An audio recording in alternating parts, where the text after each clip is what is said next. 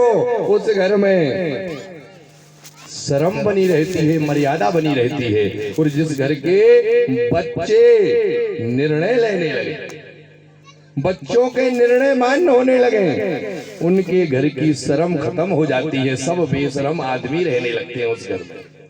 और जिसके घर में छोटे भी गरम और बड़े भी गरम रहते हो, ऐसे घर के क्या होते हैं? ऐसे घर के तो फूटे करम होते हैं भैया। बे लोग कैसे होते हैं? ना इते के ना होते के। जिसके घर में छोटे और बड़े दोनों ही गरम होते हो, दोनों ही लड़ने वाले हो। बड़े लड़ रहे हैं, बहन भैया लड़ रहे हैं, और मैं तारी बाप लड़ रहे हैं। अब अंदाजा लगाना बा घर में कैसे भगवान रहेंगे। हे मेरे प्रिय सज्जनों, कलयुग की ये पहचान है। सेठ जी का बच्चा, सेठ जी का कुत्ता बिस्कुट खा रहा है और गरीब का बच्चा रोटी को तरस रहा है। ये कलयुग है। गरीब जो है वो अच्छे कपड़े पहनने को तरस रहा है और कुत्ते एसी में रह रहे हैं। ये कलयुग है। पालतू जिनको कहा जाता है, पालतू पशु गाय को कहा जाता है। पांचवी चौथी में आप लोगों ने पढ़ा हो, छठवीं में पढ़ा हो, गाय एक पालतू पशु है, ये पढ़ा होगा, है ना? तो पालतू जो है वो फालतू फिर रहे हैं, यानी गैया जगह जगह फिर रही है। और जो फालतू फिरने वाले हैं, जो फालतू फिरने वाले हैं, जिनको कुत्ता कहा जाता है, वो आजकल एसी में और बड़े बड़े गद्दों पर बैठ रहे हैं। प्रिय सज्जनों, इसी का नाम कलयुग है। एक अब और विचार करना, पहले के समय में, अच्छे समय में सियानों के हाथ में डोर होती थी। उस समय में रोटी बनाने वाली घर की होती थी।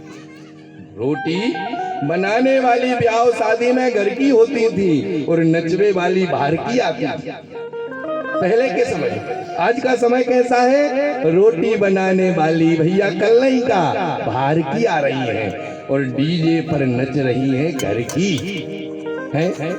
ये कलयुग है, ये यथार्थ है। आप देखना, रोटी बनाने वाली बाहर की आ रही है और इधर उधर का झूठा मीठा रिद्धि सिद्धि क्यों जा रही है?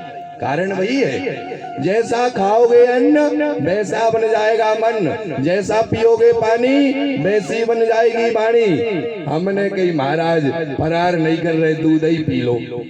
हमने पी लिया भाई, हमारी मर्जी होगी तभी फलार करेंगे।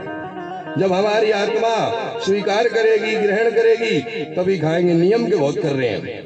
ये हनुमंत लाल की कृपा है। जीवन में, जिसके जीवन में खान पान शुद्ध है, जिसके जीवन में भोजन शुद्ध है, उसके जीवन में सब काम शुद्ध है।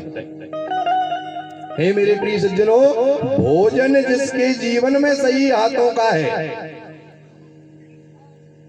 जिसने भोजन सही हाथों से ग्रहण किया है, वह जीवन पर्यंत वाणी बिगड़ नहीं सकती। जैसा खाएंगे अन्न वैसा बन जाएगा, जैसा पिएंगे पानी वैसी बन जाएगी वाणी, जैसी करेंगे संगत वैसी हो जाएगी रंगत, और जैसी पढ़ेंगे पुस्तक वैसा बन जाएगा मस्तक।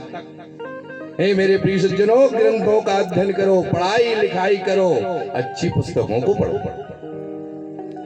भाई गाय और बैल को बात करते राजा परीक्षित ने देख लिया, और परीक्षित ने देख लिया तो परीक्षित देखिए क्या दृश्य देख रहे हैं कि गाय है